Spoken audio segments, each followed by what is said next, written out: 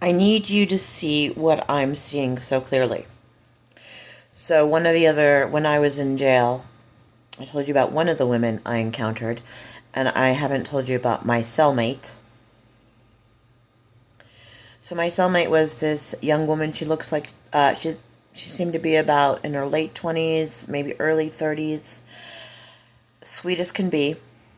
And she described the world she lived in, and it was like pure magical realism. For example, she talked about a stone, a large round stone that she found that hatched, and there was an owl inside. And kind of continuing on with that kind of, I'm calling it magical realism. I didn't confront her on that, but I did say to her about that particular thing.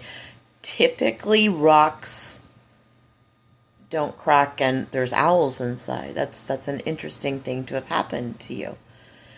And she had other, she was describing, I mean, sweet as can be. So at one point, because of this medication they gave me while I was in the jail, I had severe abdominal pain. And I was just sitting on the toilet in excruciating pain. And this sweet girl came up to me and held my arms up and was massaging my back. She just couldn't stand to see me in pain without doing something to help. So I was trying to diagnose her, but I'm also trying to stay away from our traditional diagnoses because I think they're fucked up. I think a lot of our mental illness and words for mental illness are junk science. Not everything, but a lot of it is junk science. So probably traditionally we would have classified her as schizophrenic on some level. But I'm trying to stay away from that, so I classified her as fairy. I said, you sound like a fairy, like you have a very magical perspective on reality. And really she sounded like a 2-year-old. A 2-year-old girl, right? Just this inability to discern, reality from sort of her imagination. And then I had to leave this young woman who should not be in fucking jail, right? She should be in this house for people with disabilities, right? In a protected, safe place for people with disabilities. That's where this girl should have been. And I had to leave her in jail, this miserable place where she doesn't belong at all. And in this frickin' house that's supposed to be for people with affordable housing are 3 people who belong in jail, right? Ex-cons, nasty, violent, sociopathic ex-cons.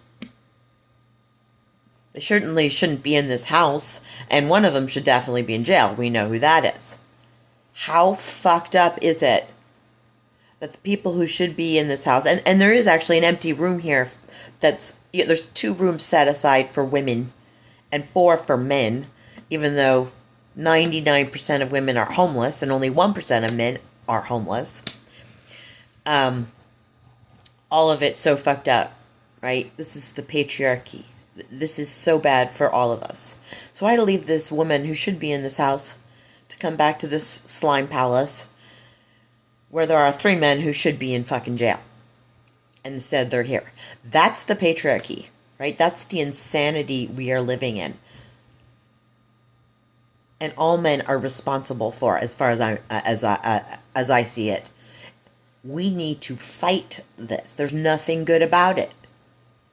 There's nothing good about it. There's, I guess, an immediate reward that you don't deserve if you're a man, because you're making money you don't deserve to make, right? You're not meriting it. Because I'm a fabulously wealthy woman that's had everything stolen because I'm really good at what I do. And I'm a woman. Right?